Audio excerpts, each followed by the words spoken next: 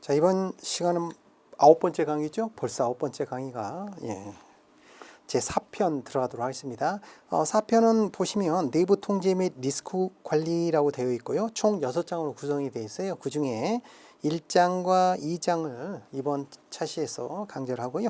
3장부터 6장은 마지막 10강에서 상권의 10강에서 마무리하도록 하겠습니다. 내부 통제 및 리스크 관리에서는 8문제가 나오는데요. 뭐 크게 어려울 내용은 없습니다만은 포인트 위주로만 잘 정리하시면 점수 따는 데는 큰 문제가 없겠습니다. 자, 우리가 이제 내부 통제 제도를 말씀드리기 전에 기본적으로 주식회사의 어떤 체제를 한번 설명을 드려야 될 것 같아요. 주식회사의 주인은 누구일까요? 믿기 어렵겠지만 주주가 주인이에요. 네, 주주가 주인입니다. 주식회사의 주인은 누군가요? 주주예요. 그런데 그 주주가 어마어마 많잖아요. 그러니까 주주를 전부 경영에 참여할 수는 없죠. 그래서 주주총회를 엽니다. 그래가지고 누구를 뽑아요? 회사를 경영할 사람을 뽑네요. 그 사람을 이사라고 합니다. 이사가 한 명이 아니죠. 그래서 이사회. 자, 회사 경영은 누가 한다고요? 이사회사입니다. 그래서 왜 드라마 같은 데 보면 회사를 장악했어요. 뭐 이런 표현들을 쓸 때 그 말이 알고 보면 무슨 말이냐? 이사회의 절반 이상이 우리 편이에요. 뭐 이런 뜻입니다. 그래서 회사를 장악하려면 회사 경영을 좌지우지하려면 이사회가 과반수 이상이 뜨지 마셔야 된다는 겁니다. 그러면 이사들이 일을 잘하는지 나름 감시 역할을 하는 게 감사라고 있어요. 감사.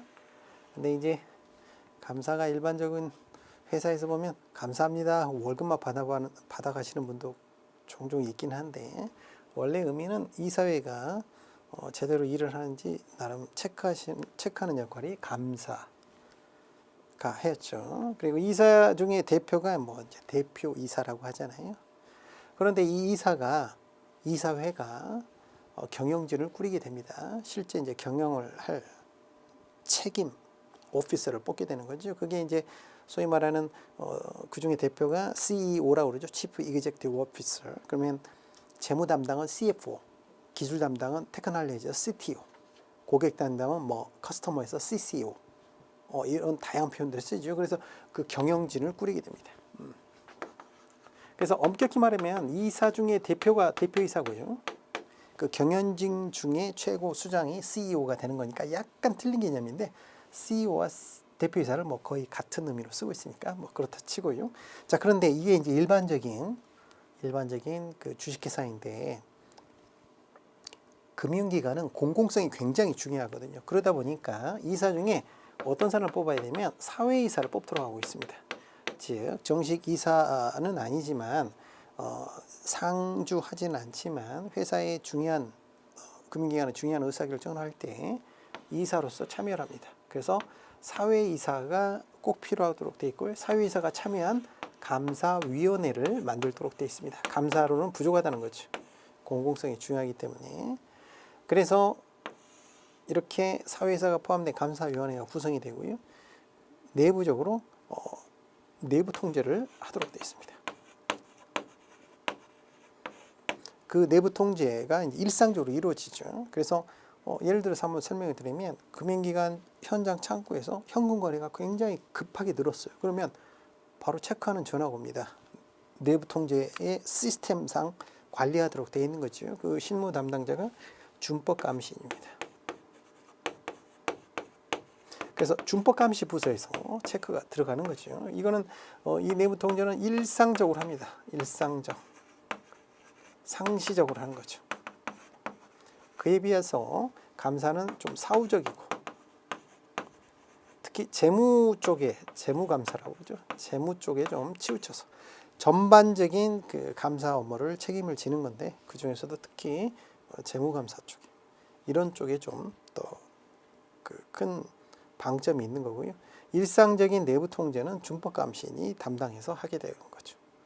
자, 이 전반적인 체계를 머릿속에 좀 이해를 하시고 이 부분을 읽으셔야 조금 더 이해가 좀 빠르실 거예요. 자, 그러면 내부 통제에 대해서 이제 들어가도록 하죠.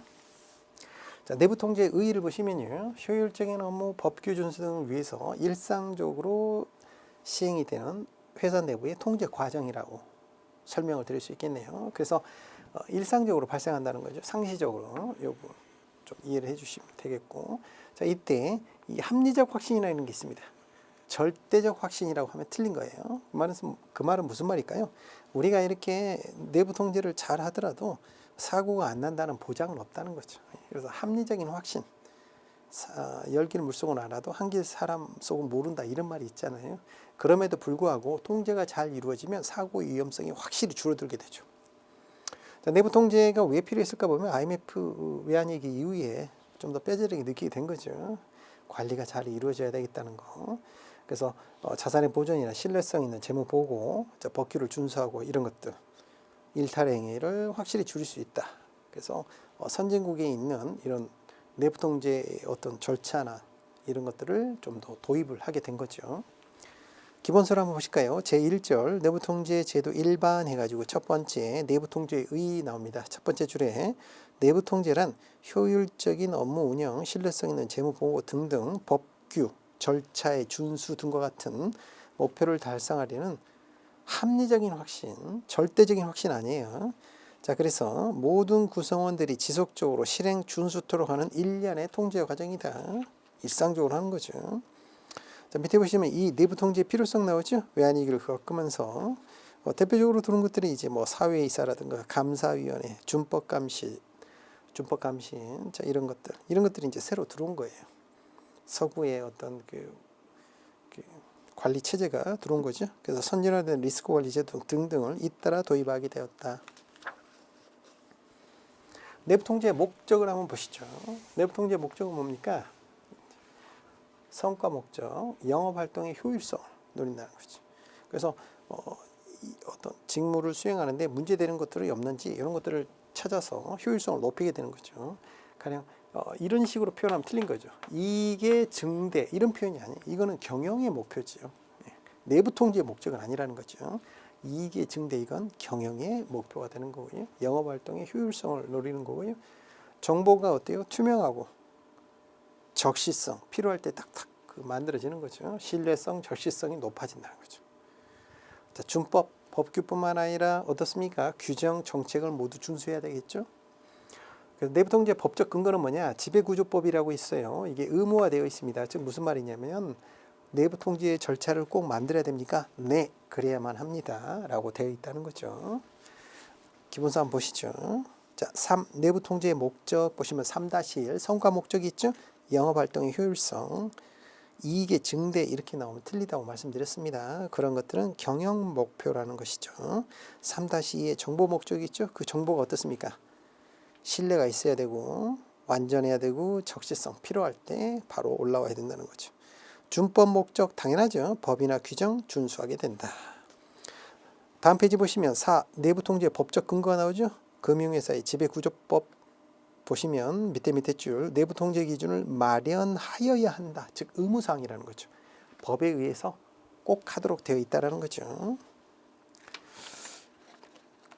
자, 다음 보실까요?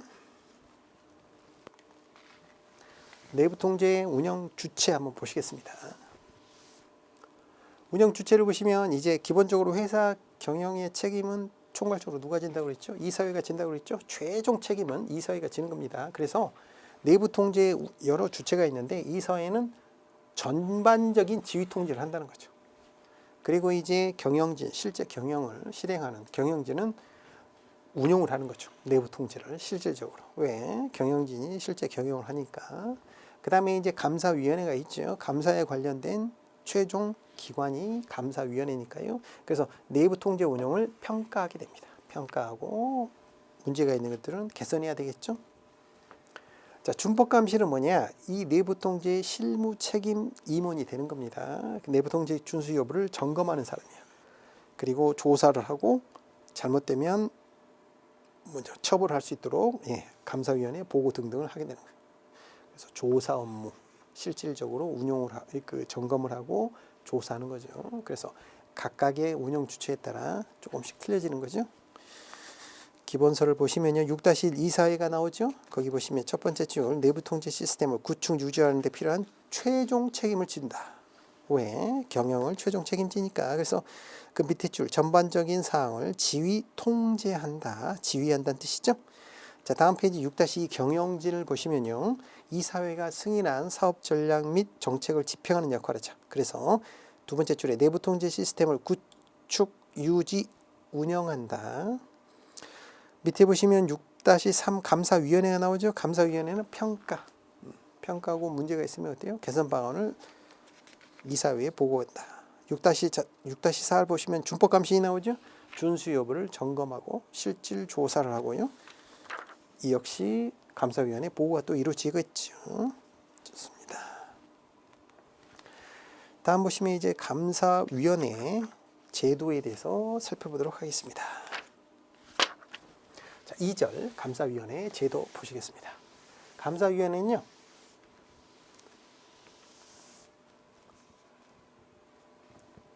경영진의 직무를 제3자 입장에서 객관적으로 본다는 거죠. 제3자의 입장에서 견제하는 것이다. 그래서 경영진이 일을 잘하고 있는지 이 회사의 주주를 위해서 사회 안전과 질서를 포함한 주주를 위해서 잘 직무를 수행하고 있는지 견제하는 역할을 하는 게 감사고요. 그 감사가 어떻습니까? 사회이사를 포함시켜서 공공기능이 강하기 때문에 금융기관은 감사위원회로서 운용하도록 되어 있죠. 지배구조법에 나와 있고요. 금융회사는 이 설치가 의무화 되어 있습니다.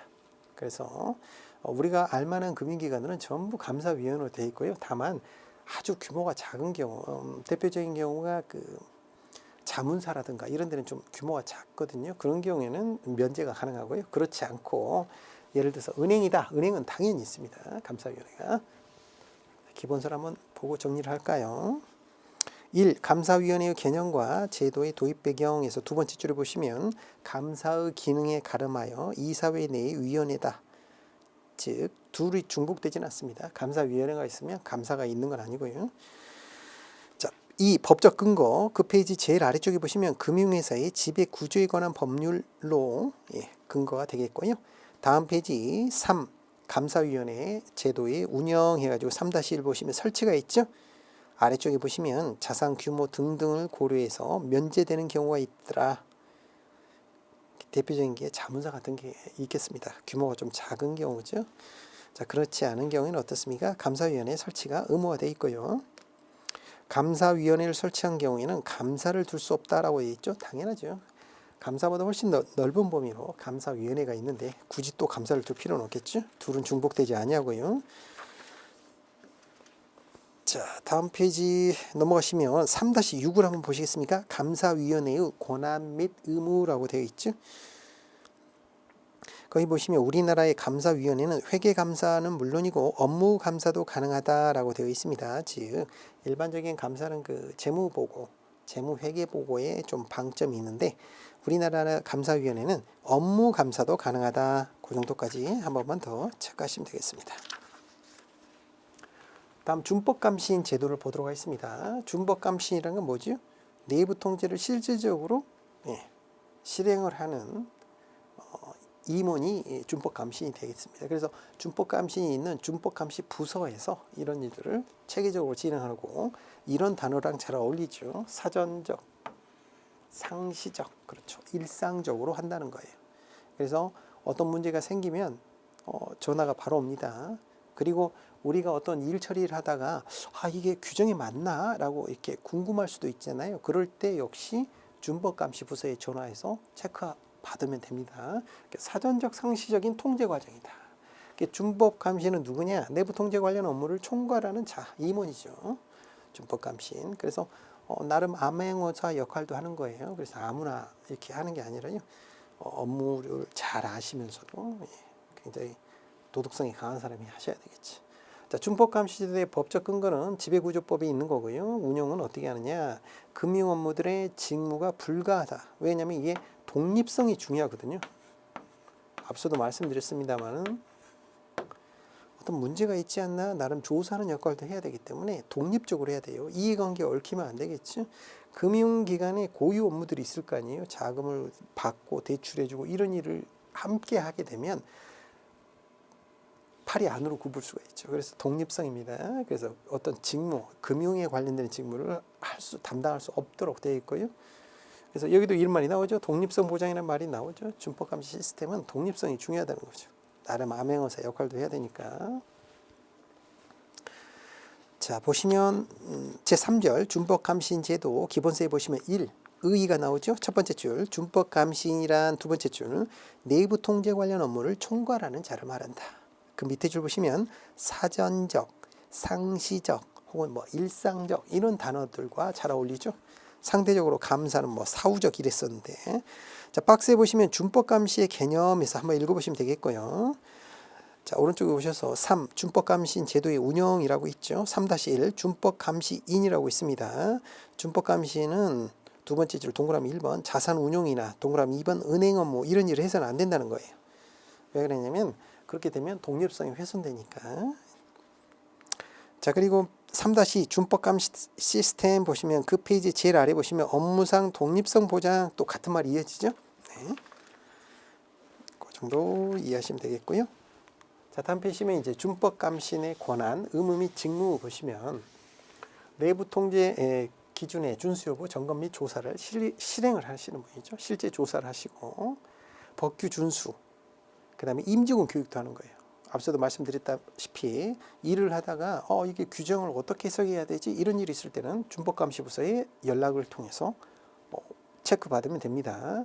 자, 준법감시 부분과 타 부분 그러니까 대표적인 게 이게 있죠. 내부 감사, 감사와 준법감시의 어떤 차이가 있다면 감사라는 것은 제3자 관점에서 경영진의 직무를 견제하는 측면 그리고 전반적인 업무 감사를 하죠. 재무 및 경영 감사 그래서 1년에 한 번씩 재무제표가 나오잖아요. 이런 것들은 감사위원회에서 관리가 이루어질 거고요. 자, 준법감시는 경영진의 입장에서 하는 거죠. 경영진의 입장에서 그래서 내부 통제 준수를 점검하게 된다. 이 차이 일상적으로 하는 것들이죠. 요거를 좀 구별을 해주시면 되겠습니다. 기본서를 보시면요. 4. 준법감시인의 권한 의무 보시면 4-3 보시면요. 준법감시인의 주요 직무가 있죠. 동그라미 1번 내부 통제 기준 준수에 대한 조사. 동그라미 2번 뭐 매뉴얼 뭐 이런 것들. 동그라미 3번 보시면 준법감시 시행 있죠. 네. 동그라미 6번 보시면 임직원 교육도 있죠. 네. 법규 교육, 준수 교육, 규정 교육 이런 것들. 그다음에 규정에 대한 해석 이런 것까지 다 포함해서 처리하고 있습니다. 자, 5 보시면 5-1 내부 감사 기능과의 비교는 어떻게 되나요? 라고 되어 있고 준법 감시 기능은 경영진의 입장에서 말씀드렸죠. 그래서 내부 통제 기준의 준수 여부를 점검하는 것이다. 내부 감사 기능은요. 독립적인 제3자 관점에서 경영진의 직무를 견제 감시한다. 자, 그래서 감사위원회는 준법 감시 조직을 포함해서 왜냐하면 더 높은 거니까 그 어떤 조직 체계상 금융회사의 모든 부서에 대해서 업무 감사 등을 실시하게 된다. 그 중에서도 재무감사, 회계감사가 좀 특징이 되겠죠. 그래서 이 둘을 구별을 해주시면 되겠습니다. 연습 문제가 있는데 2번 문제만 잠깐 한번 볼까요? 2번 문제 보시면 내부 통제 목적으로 옳지 않은 것은 무엇인가요? 여러분 한번 같이 풀어보시죠. 어떤 게 있습니까? 동그라미 4번 집은 나오죠. 영업 수익성의 극대화 이런 것들은 어떤 목표죠? 경영의 목표죠. 경영. 영업 수익의 증대 이거는 회사가 존재하는 근본적인 이유잖아요. 내부 통제는 그 일이 효율적으로 이루어지도록 잘 관리하는 게 목적인 거죠. 물론 그렇게 되다 보면 영업이익도 올라가겠지만 수익성 극대는 경영의 목표에 관한 거죠. 자, 3번 문제 이런 것들 어쨌든 연수 문제는 꼭 풀어보셔야 됩니다. 자, 그 다음에 이제 금융소비자 보호 들어가도록 하겠습니다. 말도 많고 탈도 많았던 금융소비자보호법이 드디어 시행이 되는 거죠. 2021년 3월에 이제 시행이 되도록 하겠습니다. 그래서 전반적으로 한번 살펴보도록 하죠. 포인트 위주로 보시면 될 것 같아요. 자, 금융소비자 보호를 해야 된다. 뭐 소비자 보호라는 건 너무나 당연한데 그 중에도 금융이란 말이 들어갔죠. 금융소비자 보호는 좀 더 강하게 보호할 필요가 있다라는 거예요. 왜 그럴까요? 이게 물건은 뭐 반품하면 되고 이렇게 되는데 금융상품이라는 건 돈하고 직접 관계가 되는 거잖아요. 그러다 보니까 좀 더 소비자 보호가 중요한 거죠. 그래서 어떻게 돼 있냐면 잠재적 고객도 포함한다라는 말이 있습니다. 이 말이 무슨 말이냐면 거래가 없는 고객도 보호를 해야 된다는 거예요. 굉장히 강한 거죠. 왜냐하면 불특정 다수, 즉 국민 모두가 언제든지 해당 금융기관을 거래할 수 있잖아요. 그러다 보니까 잠재적 고객을 포함해서 금융소비자를 보호해야 된다. 자, 왜 필요할까요? 금융상품이 복잡해지고 엄청 다양화돼가지고 굉장히 좀 전문 지식을 가진 사람임에도 불구하고 파악하기가 쉽지 않은 경우들이 생기더란 말이죠. 비대칭성, 정보의 비대칭성, 이게 금융당국이 굉장히 중요시하는 포인트인데, 즉 무슨 말이냐면 금융상품에 대해서 늘 교육을 받고 준비를 하고 있는 금융기관 직원들은 상품에 대해서 장단점을 잘 알고 있잖아요. 근데 금융소비자는 잘 모르는 경우들이 있다 보니까 금융기관이 유도하는 대로 상품 판매가 이루어져 가지고 고객의 피해가 발생할 수 있다는 거예요. 그런 거를 막기 위해서 뭐예요? 정보를 투명하게 공유를 하고 잘 설명해야 된다는 거지.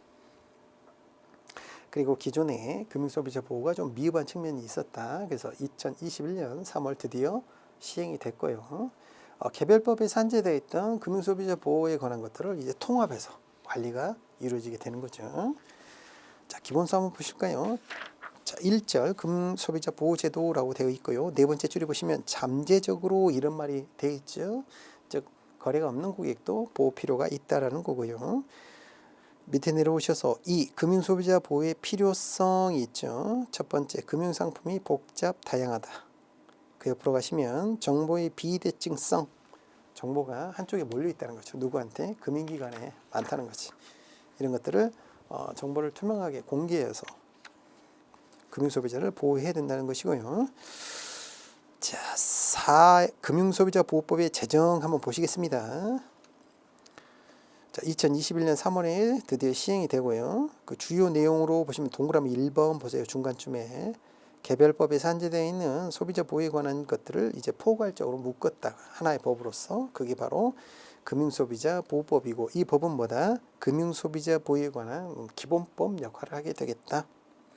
그래서 밑에 보시면 동그라미 4번에 뭐 소송 중지, 소액 분쟁 사건 특례 이런 것들이 있는데요. 이거는 뒤에 또 살펴보도록 하겠습니다. 자, 금융소비자법의 주요 내용 보시면요. 기능별 규제다. 이런 말이 있습니다.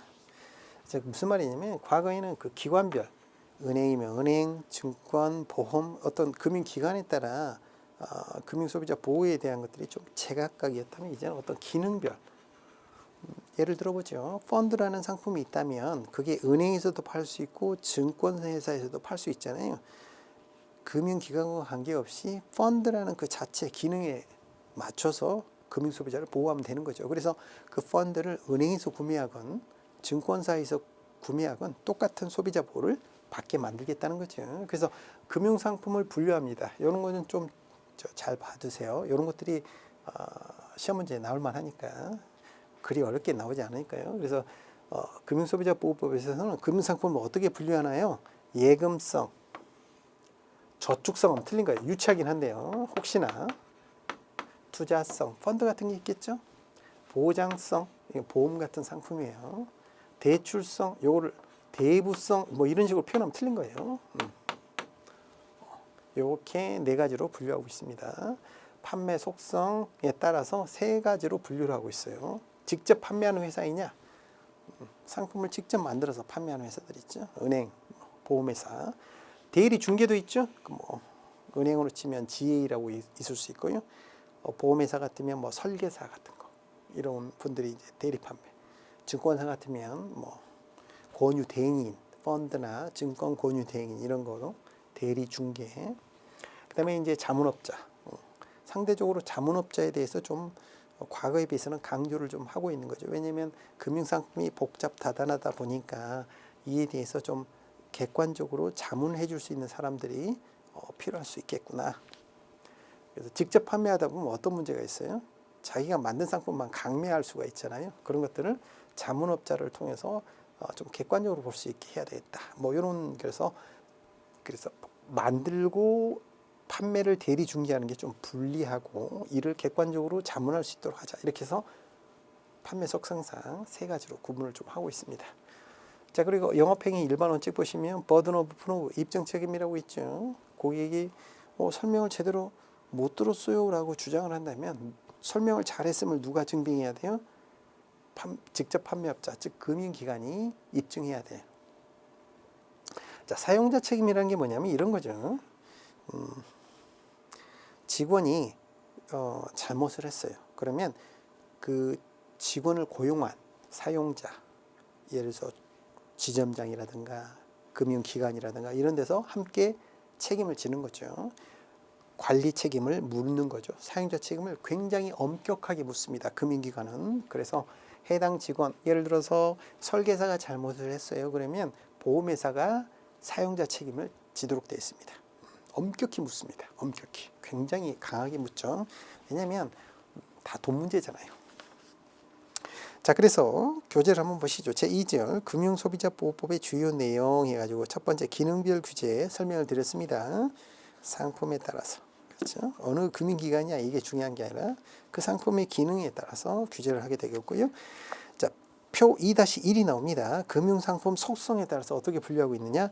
예금성, 투자성, 보장성, 대출성. 그래서 예금성을 만약에 저축성이라고 한다거나 대출성을 대부성이라고 한다거나 이런 식으로 이제 틀리게 표현하면 안 되는 거죠. 자, 판매의 속성에 따라서 직접 판매업자, 은행, 증권, 보험 이런 회사들이 있겠고요. 판매 대리 중개업자 있죠. 투자금융 대행인, 설계사, 신용카드는 또 모집만 전문적으로 해주는 분 있죠. 은행에 가면 대출 모집이라고 또 있어요. 대출만 또 모집해 주는 분. 이런 분들은 판매 대리 중개업자고요. 그 다음에 자문업자, 자문을 해주는 거죠. 자, 그 다음 보시면 이제 영업행위 일반 원칙이 있죠. 표 2-2 바로 위에 보시면 주의 의무 이행 여부에 대한 입증 책임을 금융상품 직접 판매업자 즉 금융회사가 지도록 하고 있다. 표 2-3을 한번 보시겠어요? 사용자 책임 적용 비교가 있죠. 거기 보시면 현행 금융법하고 이제 금융소비자보호법에 따라서 사용자 책임 적용 여부가 전부 동그라미로 바뀌어 있죠. 딱 하나 빠져 있죠. 보험중개사. 보험중개사는 원래 독립적으로 하는 거예요. 그러다 보니까 거기에 빠져 있는 거예요. 그러니까 보험중개사 외에는 전부 사용자 책임을 원칙적으로 부과하고 있다. 참고로 여전사라고 있죠. 그 여신 전문회사를 말하는 거예요. 어떤 회사가 있겠어요? 카드 같은 거. 그러고 보니까 카드도 대출인가요? 카드도 대출입니다. 한 달 동안 물건을 구매하고 한 달 동안 이연을 시키는 거잖아요. 그 금액을. 그게 한 달 동안의 대출인 거예요. 카드를 사용한다는 것은 알고 보니까 대출인 거지. 법상 나오죠. 그게 여전 회사 중에 하나지. 여신 전문회사. 자, 다음 보시면 금융상품 판매 원칙이 있죠. 자, 이 6가지 원칙이 있는데요. 이거를 모든 상품에 확대하도록 되어 있습니다. 그래서 적합성, 투자 목적에 부합해야 된다는 거죠. 내가 예를 들어서 이런 거죠. 6개월 후에 돌려줘야 될 보증금이에요. 이런 상품을 가지고 이런 자금을 가지고 주식하면 안 된다는 거예요. 부합하느냐 투자 목적에. 고객이 스스로 찾아오더라도 뭐예요? 정당한지까지 체크해 보라는 거예요. 고객이 스스로 나 이 상품을 하고 싶어요 라고 하는데 합리적으로 봤을 때 이게 옳지 않은 거야. 정당한지까지 체크를 하는 거야. 그게 적정성. 그 다음에 설명을 잘해야 되죠. 주요한 사항을 고객이 이해하도록 설명해야 됩니다. 불공정 당연히 하면 안 되겠죠. 부당 권유 안 되겠죠. 허위 과장 당연히 안 되겠죠. 자, 이러한 것들 예를 들어서 설명을 제대로 안 했어요. 설명을 제대로 안 하고 주식형 펀드를 마치 안전한 채권형 펀드처럼 설명을 했다. 만약에 그런 것들을 잘못했다면 어때요? 관련 수입의 50%까지 요거까지 좀 체크해주세요. 100%로 하면 틀린 거니까 50%까지 과징금을 물 수 있다. 퓨니티브. 징벌적 제재를 가할 수 있다는 거죠. 자, 기본사 한번 보실까요? 3. 금융상품 판매 원칙이 있죠. 6대 판매 원칙이 모든 상품에 대해서 확대되었다. 첫 번째 적합성 원칙이라는 게 있죠. 적합한지 봐라. 그런데 정기예금 같은 경우는 문제 될 게 없잖아요. 예. 1년 묶어둘래요? 그러면 1년 묶어두면 되고 최악의 상황에 중간에 돈이 필요해서 해지하더라도 원금이 다치거나 이런 일이 없죠. 예. 물론 정해진 이자보다는 좀 적게 받겠지만 사실 이자 자체도 높지도 않고 그래서 정기예금 같은 것은 크게 적합성에 의미가 없을 거고요. 자, 적정성 원칙. 자, 과거에는 그 자본시장법 같은 그런 경우에는 이제 파생 상품이 적용이 됐었거든요. 근데 이 적정성 원칙이 확대 적용되면서 대출성 대출성. 자, 이런 것들도 이제 적정성 원칙. 대출을 받겠다고 오겠단 말이에요. 고객이 왔단 말이죠. 그럼에도 불구하고 어때요? 이 대출이 적정한지 체크해 보라는 거고요. 그 다음에 설명 후 있죠. 예, 고객이 이해할 수 있도록 설명해야 된다. 어떤 내용을요? 중요한 내용을. 네 번째 보시면 뭐 그건 당연한 거죠. 불공정 영업행위. 그 밑에 박스 안에 보시면 그 내용이 뭐냐면 구속성 상품이라는 거예요. 구속성 상품 계약. 즉 무슨 말이에요? 꺾기 내용이에요. 뒤에 또 나옵니다. 다섯 번째 부당 권유. 당연히 해서는 안 되겠고요. 허위 과장 안 되겠죠? 그래서 과징금 제도의 도입 4 보시면 그 다음 페이지 박스 안에 보시면 위반 행위 관련 수입의 최대 몇 프로? 50%까지 부과 가능하다. 징벌적 제재가 가능하다 이런 말이 있고요. 자, 표 2-5를 보시면 이런 말이 있어요. 소송 중지 뭐 이런 말이 있죠. 이게 무슨 말이냐면 보험 같은 경우에 이런 일이 좀 자주 생기는데 그 보험료는 적긴 했지만 보험금은 크게 받을 수 있잖아요. 그래서 예를 들어서 암이 걸렸는데 보험금을 청구하게 되면 이런 문제가 가끔 생겨요. 보험금이 크다 보니까 보험회사가 고지 의무 위반을 이유로 보험금을 안 주는 경우들이 생깁니다. 그러면 소비자 입장에서는 소송을 걸면 비용이 많이 드니까 중재 제도를 이용하게 되거든요. 그런데 중재 제도라는 것은 소송이 들어가게 되면 철회하고 소송으로 옮겨가도록 돼 있어요. 그러다 보니까 금융기관들이 소송을 거는 일이 종종 생기죠. 그러면 금융소비자 입장에서는 소송 제도를 유지하기가 부담이 되니까 적정히 타협 보는 경우들이 많이 생기다는 거죠. 그래서 그런 것들을 막기 위해서 이런 것들이 생긴 거예요. 소송 중지. 그래서 분쟁 조정이 종료되지 않은 경우에는 소송이 들어가더라도 중지해라. 조정 이탈. 소액인 경우에는 그 분쟁 절차에 의해서 마무리하도록 해라. 뭐 이런 것들입니다. 이게 사실은 실질적으로 소비자를 구제하는데 나름 의미가 있는 거예요. 뭐 이렇게까지 구체적으로 시험에 나오진 않겠지만요. 자, 그다음에 제 3절을 한번 볼까요? 자, 금융소비자보호 모범 규준의 이해라고 되어 있습니다. 자, 보시면 은행, 보험, 금융투자협회가 쉽게 말하면 이런 겁니다. 증권업협회 이렇게 보시면 돼요.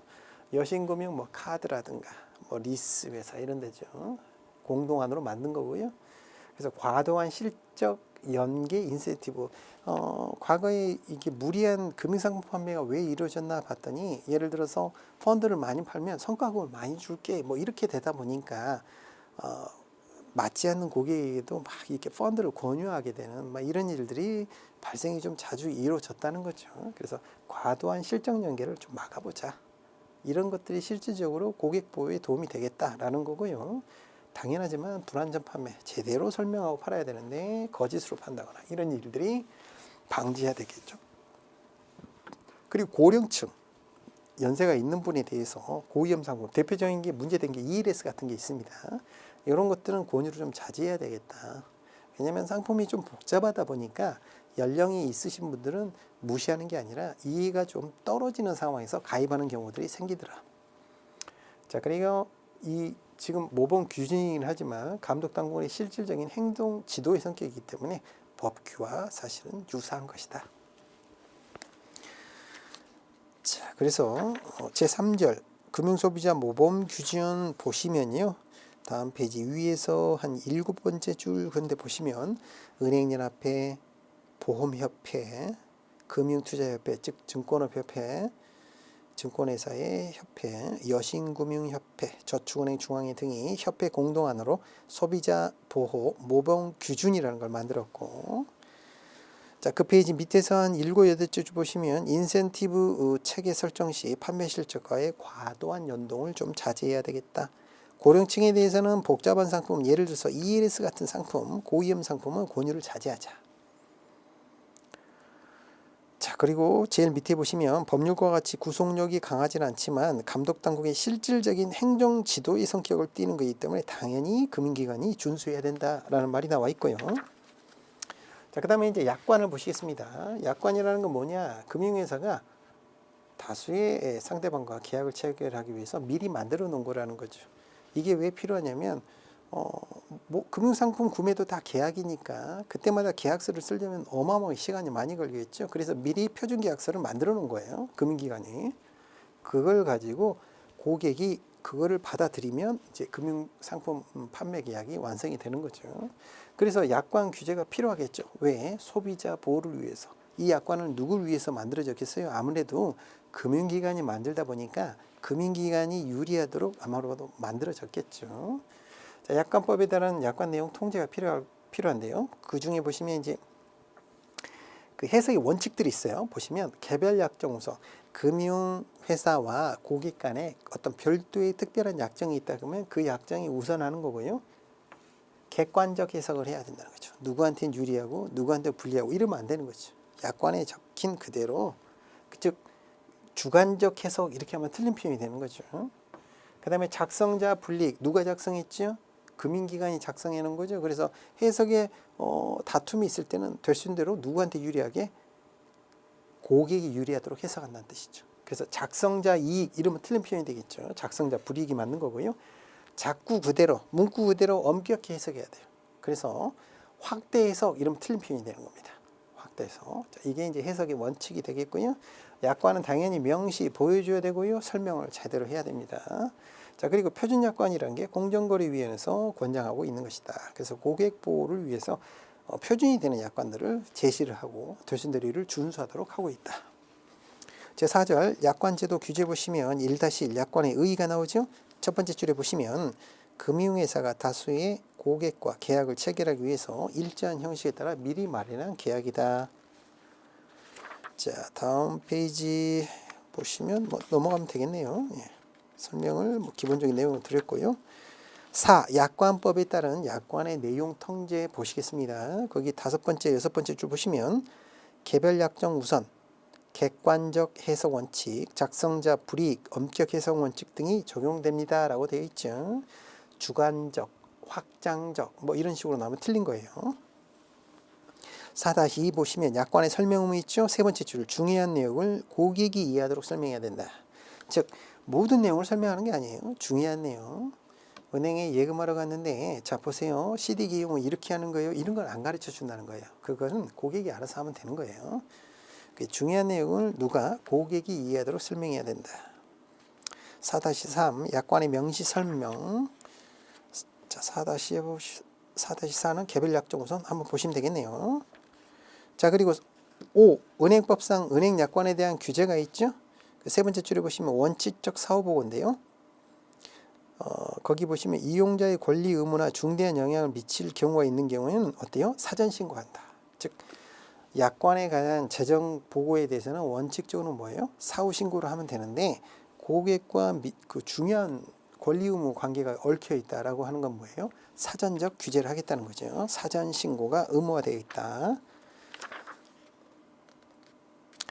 자, 다음 넘어가시면 6 표준약관 제도라고 있죠. 6번째 줄 정도 보시면 공정거래위원회는 표준약관을 공시하고 그 사용을 권장한다.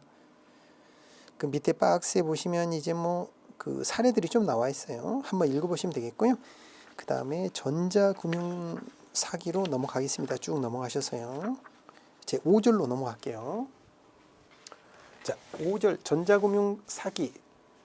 전자금융에 관한 것들이 의외로 좀 많이 문제가 되고 있잖아요. 자, 이런 것들 소위 말하는 보이시피싱 이런 것들이 있잖아요. 자, 그래서 보시면 전자금융 의의가 뭐냐면 전자적 장치를 통하여 금융상품 및 서비스를 이용하는 겁니다. 공인인증서 제도가 폐지가 됐죠. 그래서 민간인증서도 사용이 가능하고요. 자, 보시면 이 종류를 묻는 문제가 시험 목적상 사실은 이 피싱이냐 파밍이냐 스미싱이냐 이게 섞여 있거든요. 사실은 근데 이제 일단 구별하는 문제들이 시험에 잘 나오니까 이 특징들을 잘 구별하셔야 돼요. 피싱이라는 게 낚시라는 뜻이잖아요. 그래서 이메일이라든가 보이스 링크 등으로 기망하여 유도 개인정보를 탈취하는 것이다. 그래서 전화가 오는 거죠. 당신의 아들 내가 데리고 있는데 돈을 보내지 않으면 당신의 아들을 해치도록 하겠다. 자, 이렇게 보이스 피싱 전화를 해가지고 이런 거 하는 거 있죠. 네. 당황하셨어요? 이러면서 전화하잖아요. 이런 게 보이스 피싱이고 파밍은 뭐냐? PC 꼭 기억하셔야 돼요. PC에 악성 코드를 해가지고 위조 사이트로 넘어가는 거야. 내가 정당하게 투입을 했는데도 불구하고 악성 코드가 심어져 있어가지고 위조 사이트로 가서 그 위조 사이트에 들어가서 제가 비밀번호 이런 거 투입하는 것들을 걔들이 탈취하는 거죠. 그 다음에 스미싱은 뭐냐? SMS를 하는 거죠. 네.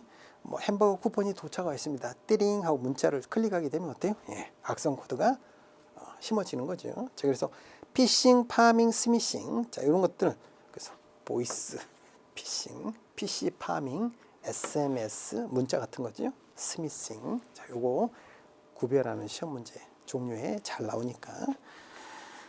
자, 5절 전자금융사고에 대한 규제라고 나오죠. 중간쯤 보시면 공인인증서 제도가 폐지되었다. 민간인증서도 사용이 가능합니다. 자, 이 보이스피싱의 개념과 유형 보시면 2-1 피싱이 나오죠. 이메일, 보이스, 링크 등으로 기망하여 유도, 기망하였다는 게 속였다라는 뜻이죠. 그래서 개인정보를 알아내가지고 돈을 탈취하는 거죠. 다음 페이지 2-10 파밍을 보시면 PC에 악성 코드를 설치해서 위조 사이트로 이동시키는 것이다. 다음 페이지 2-3 스미싱을 보시면요. SMS를 이용해서 개인정보를 탈취한다. 현실 세계에서는 이런 것들이 섞여져서 나오게 되지만 시험 목적상 이 세 개를 구별해서 꼭 기억을 해 주시고요.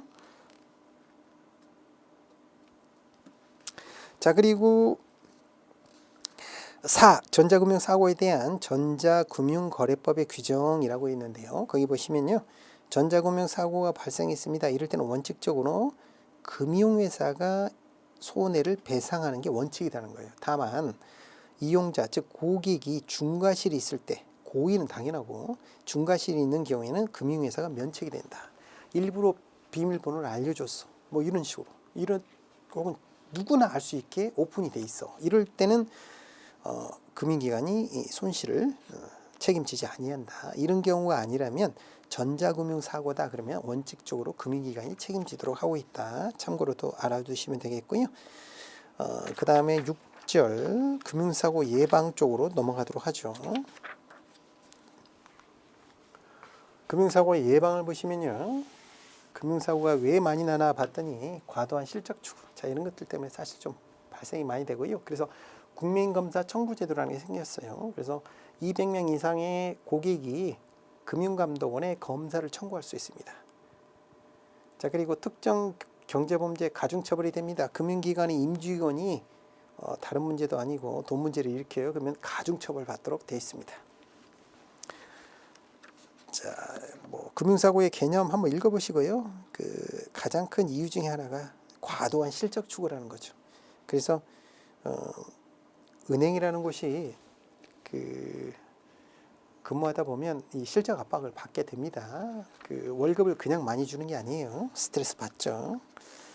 이 국민검사 청구 제도의 시행 한번 보시면요. 국민검사 청구 제도란 이래가지고 금융 관련 업무가 문제가 있다라고 하는 경우에 200명 이상이 금융감독원에 검사를 해달라고 청구할 수 있다는 거죠. 문제가 있는지 체크해 주세요라고 할 수 있다는 거고요. 나머지 한번 보시면 되겠네요. 자, 6. 가중처벌이라고 나오죠. 금융기관 임직원은 가중처벌 받게 됩니다.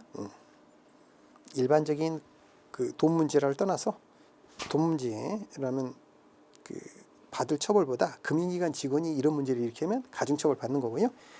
연습 문제 한 번만 마지막으로 살펴볼까요? 금융소비자보호법상 1번 문제예요. 금융상품 분류에 해당하지 않는 것은 문제가 이런 스타일의 문제가 나오기 쉬울 것 같아요. 그래서 대출성 상품이 있는데 동그라미 5번 지문에 신용성 이런 말은 없죠. 혹은 이를 뭐 대부성 이렇게 바꾼다거나 해서 종류로 구분하지 않는 게 나오면 그게 정답이 되겠죠. 이렇게 풀면 되겠습니다. 다음 시간에 이제 불안전 판매부터 마지막 시간 이어가겠습니다. 수고하셨습니다.